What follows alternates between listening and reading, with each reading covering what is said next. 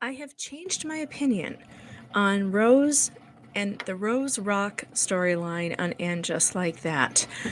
I'm Megan Fox with pjmedia.com, and I write columns there every day about news and stuff, which is super depressing to me.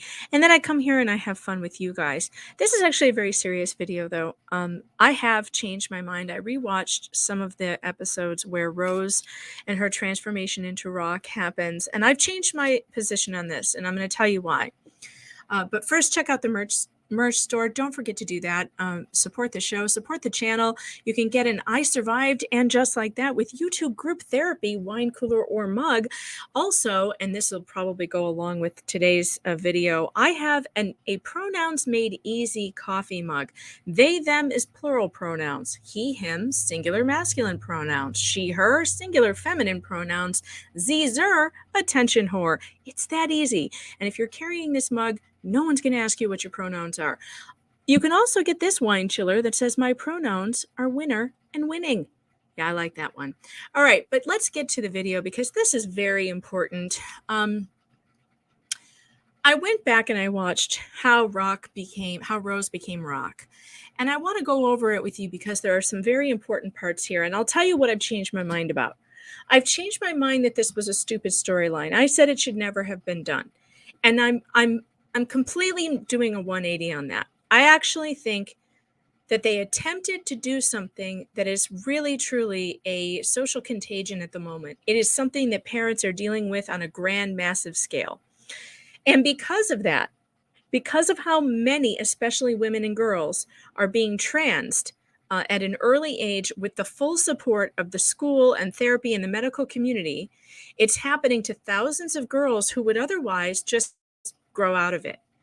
And we just witnessed Detransition Awareness Day on March 12th, which I wrote extensively about and I did several videos on, and you can go back and find those.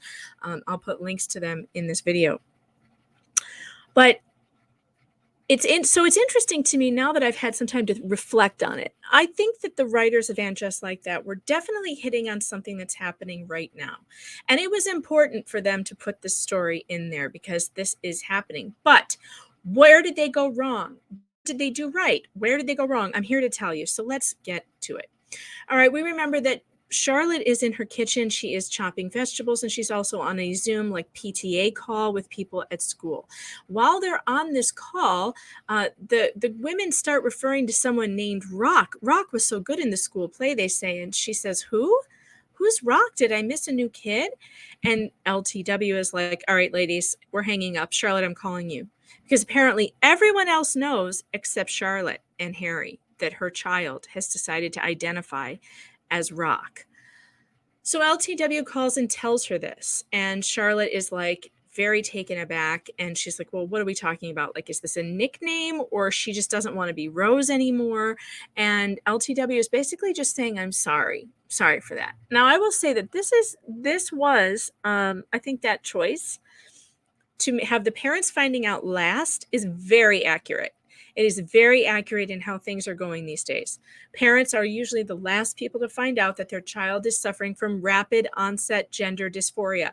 This is not, by the way, what most trans people experience. Most trans people, like Blair White or Aaron Smith, who I had on this program, if you should go back, and I'll link that here too. I had a wonderful interview with Aaron Smith, who's a trans woman.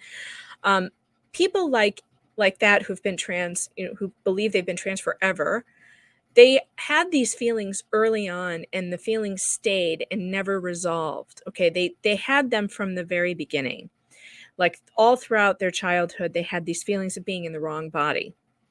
In this case that's being presented in And Just Like That, it is a case of rapid onset gender dysphoria. This is something completely different than most trans people will tell you is their experience.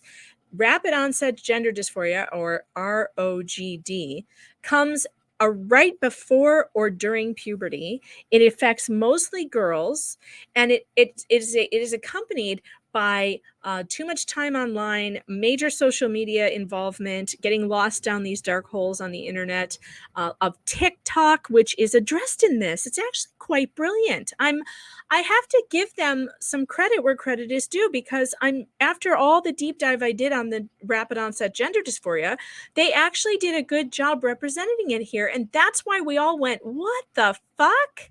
Because it comes out of nowhere, right? Comes out of nowhere. I mean, Rose was always a little bit of a edgy kind of kid, right? She likes doing more. She's more like a tomboy, which is totally normal for girls, by the way, especially girls who are prepubescent. A lot of girls behave not much differently than boys. I mean, there's just, all children like to play and rough and tumble, and there's nothing wrong with that, except in our society we just want to give them hormones and send them to the surgeon's table, which is absolutely insane.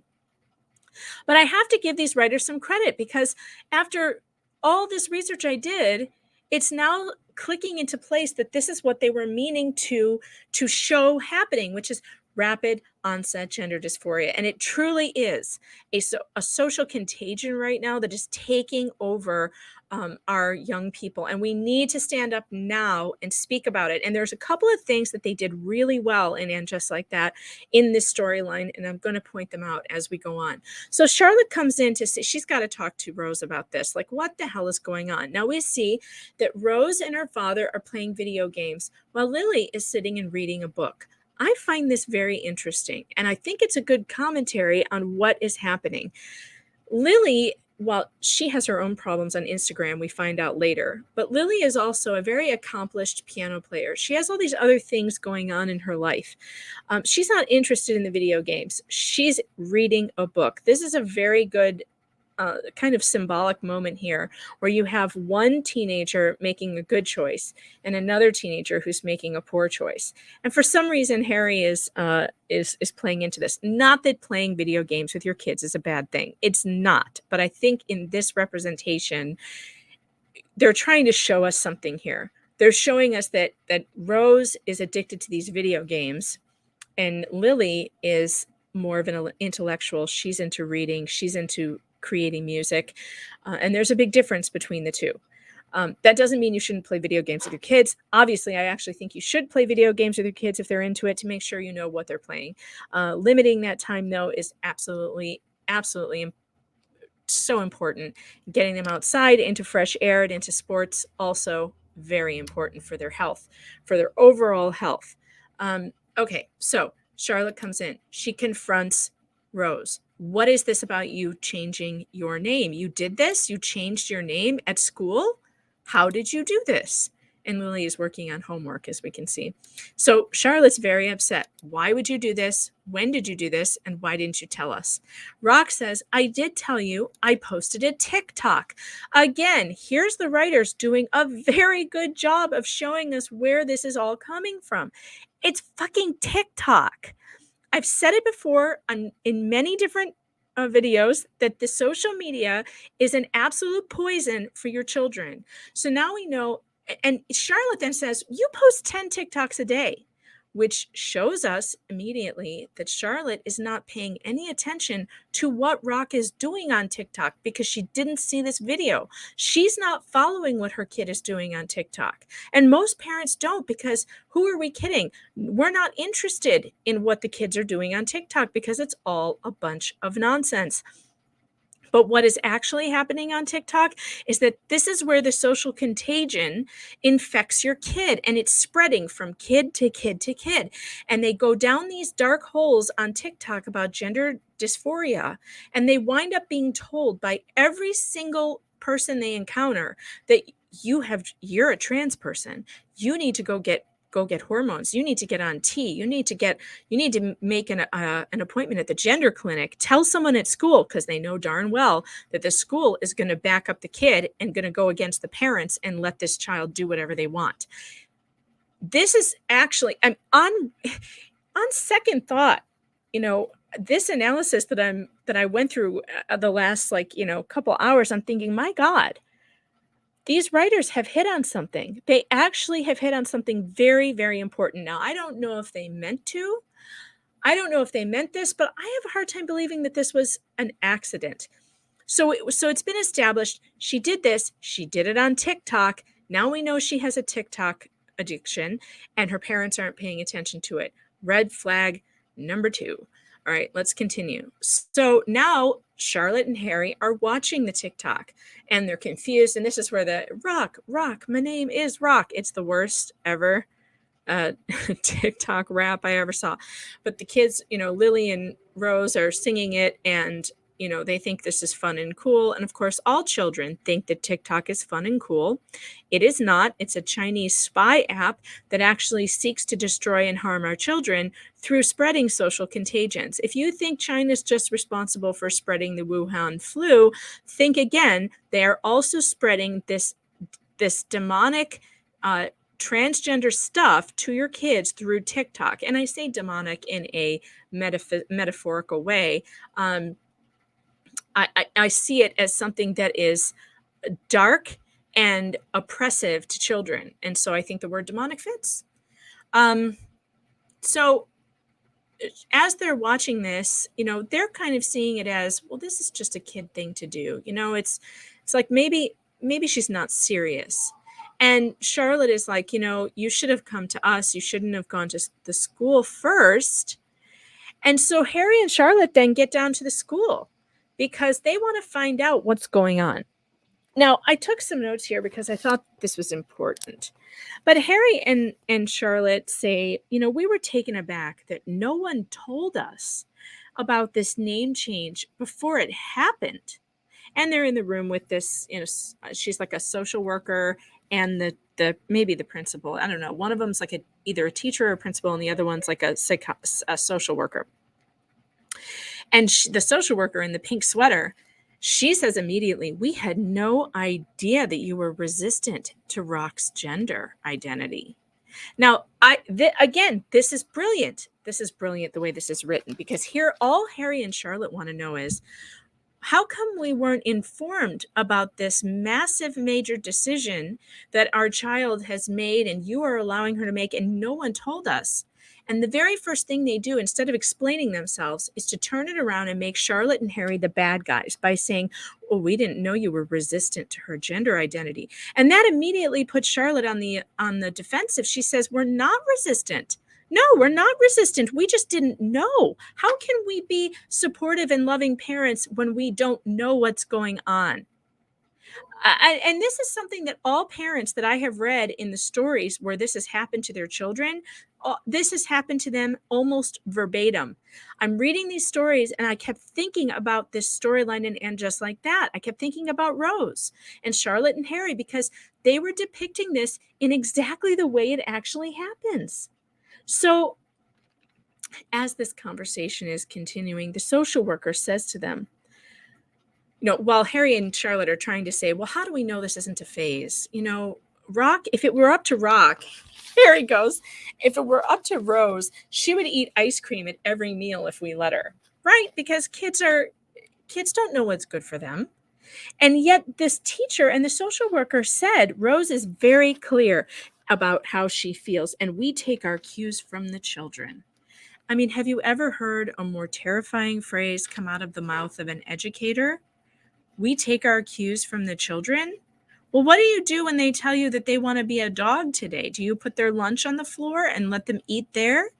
I mean, my God, it's just insane. So anyway, the social worker, she says something to them that is equally horrifying. She says, we can recommend a therapist or a counselor.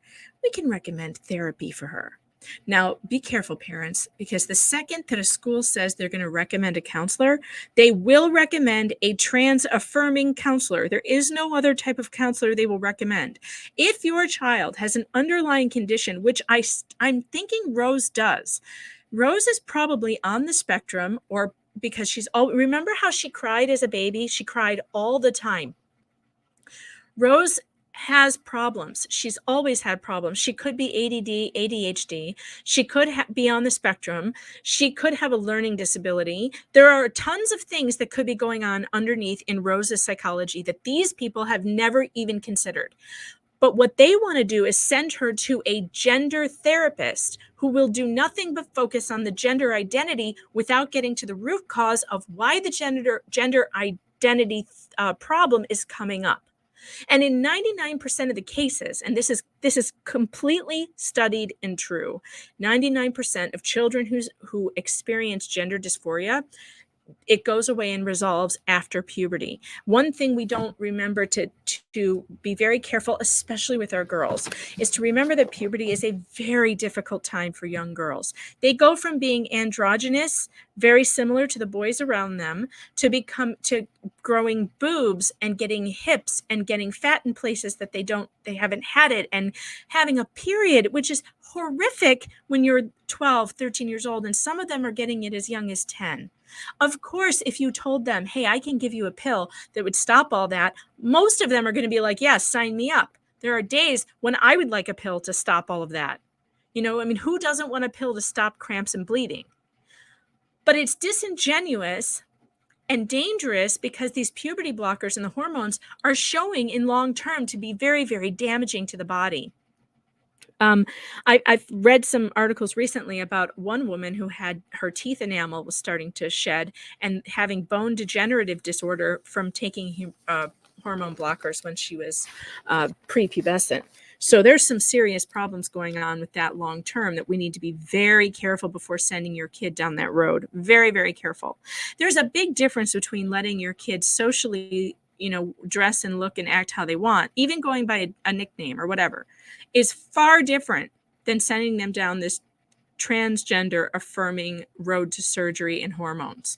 And we need to be very careful with that. So I loved this, that they showed the social worker as doing exactly what all the social workers are doing right now, which is saying, we're going to put you in therapy. We're going to get a counselor for you. And it's unfortunate because those people will only go down one road. They're only affirming. All right, so let's move on.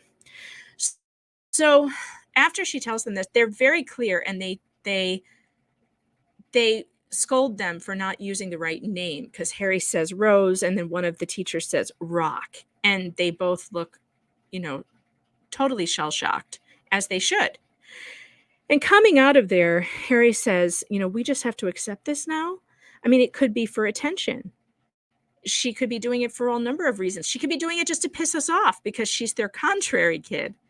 And he's right. There are a million different reasons why this could be happening, this rapid onset gender dysphoria, and no one is addressing those other reasons. They just want you to shut up and take the pamphlet to the gender clinic and go about signing up to get on the puberty blockers and hormones eventually. And in this scene too, Charlotte is interesting to me because she clearly also doesn't know what to say, and she's just very quiet and very supportive, and she just keeps on saying, she says to Harry, you're a very good father. And so they're just trying to, comfort one another because they've just been attacked by these school people the school administrators who want to tell them how to raise their child and what's best for their child. These are people who've known her for a couple years versus her parents who have raised her since birth. And parents need to be given way more power in the situation than these administrators, way more. And that's what the Florida bill does.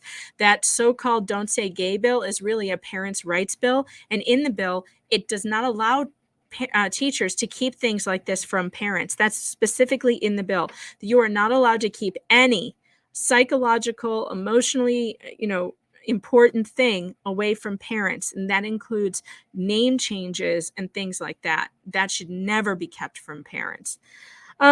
Okay, so Harry says this thing here, though, that bothered me and that I said was terrible that he said this.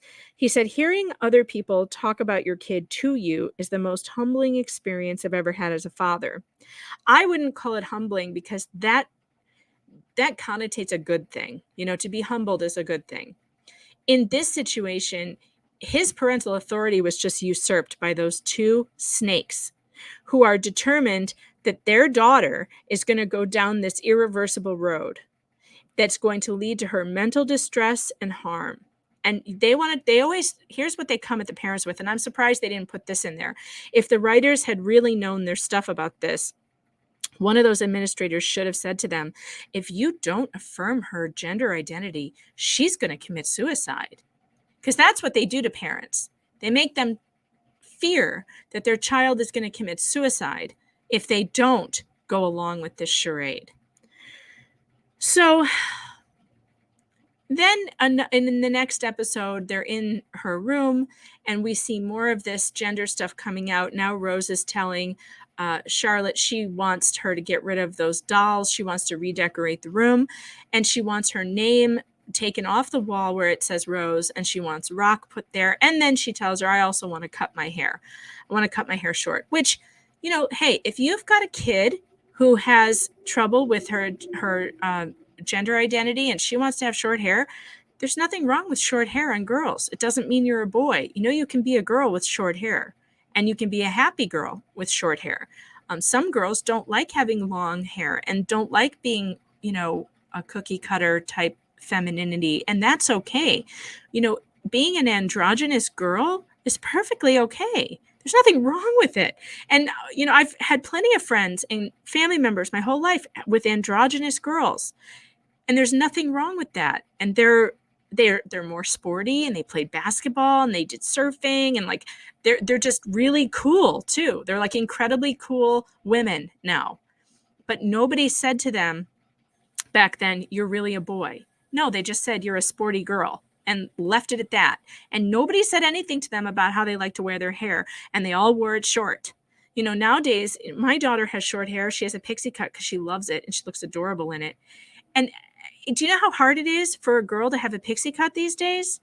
The kids badger her about it, asking her if she's a lesbian or if she's trans because she has short hair. That's what happens when you have short hair now as a girl. That's the kind of thing that should be nipped in the bud, that these administrators should be worrying about, is how come there's so much stereotypical bullying about boys and girls? Like, why can't you be a non-stereotypical girl and still be a girl? These are all issues that are way more important, by the way, than affirming someone's delusions about what genitals they have, because that doesn't do anyone any good. So, and, you know, as to the painting of the room and all that, I mean, kids want to redo their rooms all the time. Those types of changes, you have a girl who doesn't like pink, get rid of the pink. Got a girl who wants to wear Iron Man t-shirts instead of, you know, My Little Pony, get her some Iron Man t-shirts. Like, there's no problem there. That is not an issue. So it's funny that these are the issues that are coming up for Charlotte, and she's like, but paint is a big commitment. No, it's not. It's just a couple of bucks. Like, paint the room. But there's a big difference between painting a room and then, like, you know, creating an entire identity. So we have this. So now that, you know, Charlotte's planning the they mitzvah, you know, they've embraced this as far as they can go. And we see Rose here with her haircut short. It's a cute haircut. And there's nothing wrong with a girl dressing like this.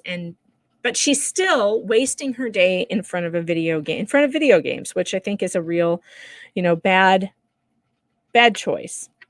And then we get to, you know, Anthony finally, he's the only one who will give her any truth. He's the only one who says, you know, you need to learn your lines. This thing is for you. They did this for you, and you're full of yourself all the time. Start thinking about others, which, of course, is another one of these problems. These kids are so focused on themselves and the navel gazing instead of outwardly on other things that are important, that they get drawn down these dark holes. You know, social media is bad for kids. Keep phones away from them as long as possible. So I noticed this that I hadn't noticed before, but Rock's name, they've got the name Rock on all the bags. I mean, this is very indulgent of Charlotte and Harry. They're really indulging this thing, and it's just not going well for them. She's still not cooperating, and they've spent thousands, probably $100,000 on this party. And Harry says there's a problem. She's refusing to come out. She's refusing to come and do her, you know, say her lines and do her thing. And there's this whole argument, and they lose. They ultimately lose to the child. So in one way, I think the writers here did something very interesting, because they made this, I think they knew we were going to hate this. And I think that because everyone was feeling like, how could you let your kid behave this way? How could you let them? And I think that might have been the point. Am I reaching too much to think that maybe they see that what's happening is a total joke, and that letting children run our lives and run their own lives before they're even able to drive is a big fat mistake? Because it didn't feel like they were super into this. It didn't feel like they had committed so much to this. They didn't have her go to, and in fact, she even tells them, she makes them look stupid here, because Rose tells them, I'm not any of these things that you think I am. I'm just a 13-year-old girl. And like, you guys are all putting your stuff onto me. You're doing that. I just don't feel like anybody. Now, I thought that was pretty interesting too, because it does leave it nebulous out there. Like, well, is she trans? No, she's not. She says she's not trans. We don't know what this is.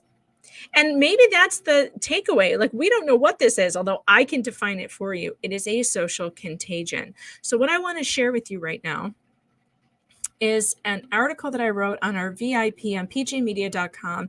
It was a VIP article. This is one that you won't get to read unless you are part of the unless you're part of the VIP subscription service. And if you want to be part of that, you can be. You just sign up with my discount FOX and you will get a discount off the price, and you get access to my podcast every week and a lot of good things. But this is a real story that happened in real life to parents of a daughter. Parents sue after 12-year-old daughter attempts suicide at school twice after secret trans counseling. Now, as I read this to you, I want you to keep in mind all the things we just talked about with Rose. And does her story sound similar to this? Wendell and Maria Perez are suing Patterson Elementary School in Fleming Island, Florida, where they say a school counselor, Destiny Washington, caused their 12-year-old daughter extreme distress that led to 2 suicide attempts on school grounds. The Epic Times has the story.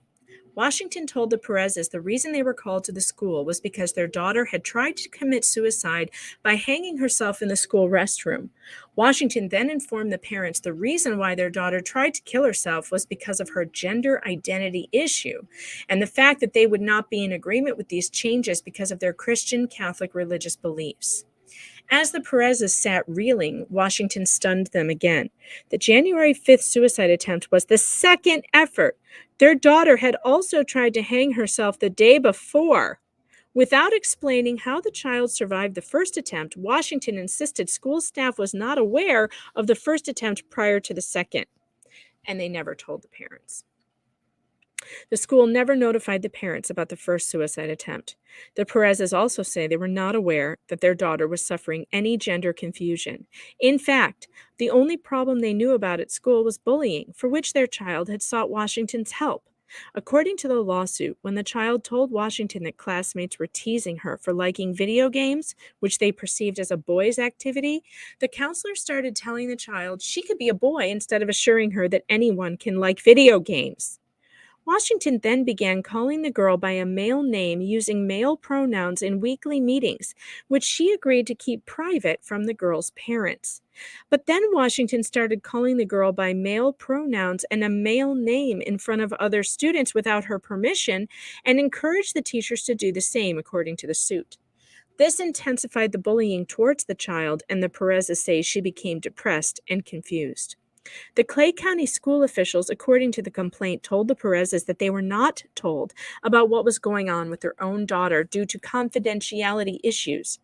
At that point, the Perezes say the Clay County Schools police took their daughter away to a mental health facility, and they weren't allowed to accompany her. According to the lawsuit, after the Perez family was told that their daughter attempted to hang herself twice while at school, her parents were not given the option of transporting their traumatized daughter to the facility or even traveling with her to provide comfort. Instead, their suicidal 12-year-old daughter was taken in a police vehicle to an emergency room where she stayed until 4 a.m. when she was transferred alone without the comfort and or support of her parents to another emergency room and then admitted to the behavioral health unit at Wolfson Children's Hospital. 4 school officials, including Washington, are named as defendants in the suit alleging violations of civil rights, including the right to practice religion, privacy, the Parents' Bill of Rights, Religious Freedom Restoration Act, and the intentional infliction of emotional distress. My daughter never exhibited any gender confusion, Mr. Perez told Epoch Times. She never questioned her biological sex. Instead, Perez believes that Washington planted those ideas in his daughter's mind. I believe it's implanted, he said, explaining that his daughter just wanted to be strong, and that in her mind the way to be strong would be a boy because boys are strong. His daughter also likes playing video games, which was a source of bullying from other students. The child was kept at the hospital for a week and then released. Perez reports that she is doing well now. She's doing great. She's a happy girl like she was before. She is relieved she isn't at the school anymore, and she does not want to go back. She is getting her schoolwork from teachers and doing her work from home. The school is fighting back, claiming that the Perez family has made it all up and is part of a vast right-wing conspiracy to make headlines. In a statement to Epoch Times, the district denied any wrongdoing. Clay County District Schools has not been served with any legal process and cannot comment on the content, which is a lie, by the way. I have the lawsuit. They've been served. I don't know why they would say this. Terry Dennis, Clay County District School Chief of Staff, replied, "The district performed a thorough and complete investigation into this matter as it was presented to us and has determined that the allegations made by this out-of-state organization are completely false, fabricated, and appear to be intended solely for the purpose of inciting the public. All employees of the district consistently work to ensure that the best interest of all the students are served. The district will have no further comment on this matter." The family's attorney, Bernadette Boyles, refuted the school's claims. Clay County District school officials claim that they did a thorough investigation into the Perez's allegations, Boyles stated.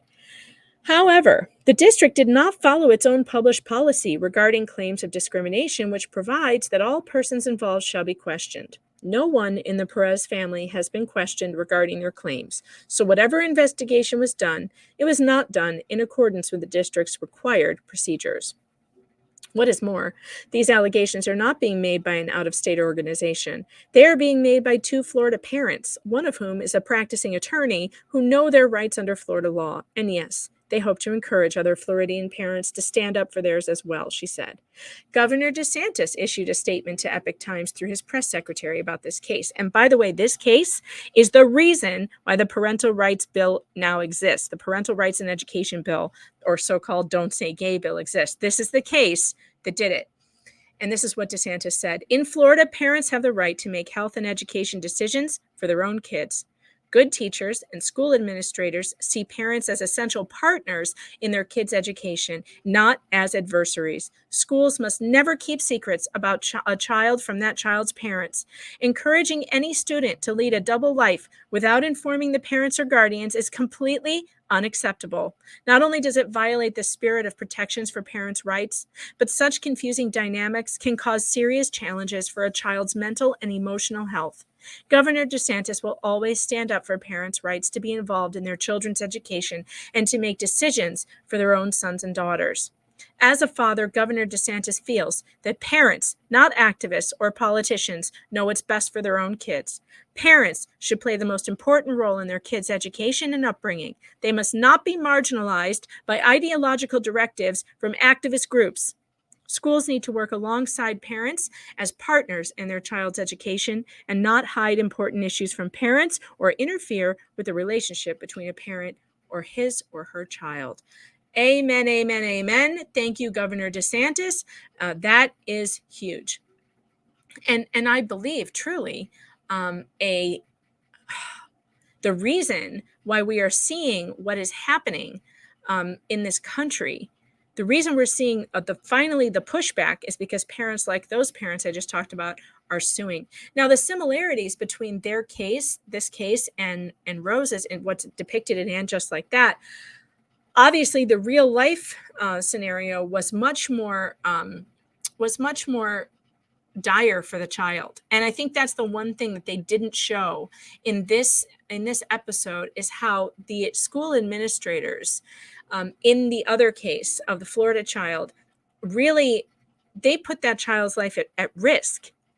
And I think if And Just Like That had been true to life, Rose would have had a mental breakdown. over this, and she would have ended up in a psych ward, because that's what's actually happening out there in the real world. CPS is being called in on parents who don't affirm their child's gender. Kids are being taken away. I just read, so let me share this with you, because this is also an important resource. If you are going through rapid onset gender dysphoria with your child, you need to know about this website. It's called parentsofrogdkids.com. Now, this is a support group that you will find other parents in your state near you who are going through this. You will find resources here. I will link it in the description. But if you click on our stories, you cannot believe the stories of these kids. It is so sad. And every single one of them has school officials who were encouraging their child to go down a road of surgeries, irreversible surgeries, and hormones that made them psychotic. Did you know that testosterone can induce psychosis? It can. And most of these kids, most of them are neurodivergent children in the first place. Most of them have ADHD, or they're on the autism spectrum, and they are being completely exploited by a movement that is acting like a cult, that wants to, that wants no criticism of it. So I recommend you go here and you read these stories. I read like 10 of them this morning. I mean, they're absolutely heartbreaking. And I just think, you know what? I think that And Just Like That did a good job with this story. I didn't think that before, but I do now, because it actually gave us the opportunity to talk about what's happening. And this is happening. And I'm actually kind of proud of the writers for presenting it, although they should have gone further and shown the realities and the horror of it. However, this is supposed to be a comedy. So, of course, they went down the more comedic role where this was just all for nothing, right? But they did do good things here. They did show what the reality is like for parents, although it's much scarier than this. Believe me, it's not as lighthearted as this show makes it out to be. So let me know what you think in the comments below. Don't forget to check out the merch. You can get the I Survived and Just Like That with YouTube group therapy wine cooler and mug in the merch store, which I've linked in the description.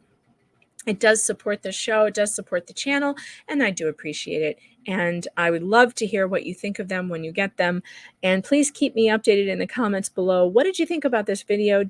Did your opinion of this storyline change after hearing what's really going on in the world around us and in our culture? Were they right on? I think they were kind of right on. I got to give them the credit for it. And I can't believe I'm doing this, because I hate them so much.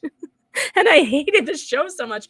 But there was a lot of truth in this storyline. There really was. And it gave us the opportunity to really dig into it and to do a deep dive and to find out more about rapid onset gender dysphoria and what it's doing to the kids around us. All right, everybody, take care. Have a terrific rest of your day. And I'll see you again soon. Don't forget Book Club Friday at 5 p.m. Eastern Time. Book Club. I'm going to be reading chapter 4 of Sex and the City, and I can't wait for that. That's going to be fun. Tomorrow, is it tomorrow? No, Friday. Today's Wednesday. I'm getting my days mixed up. All right, everybody, take care.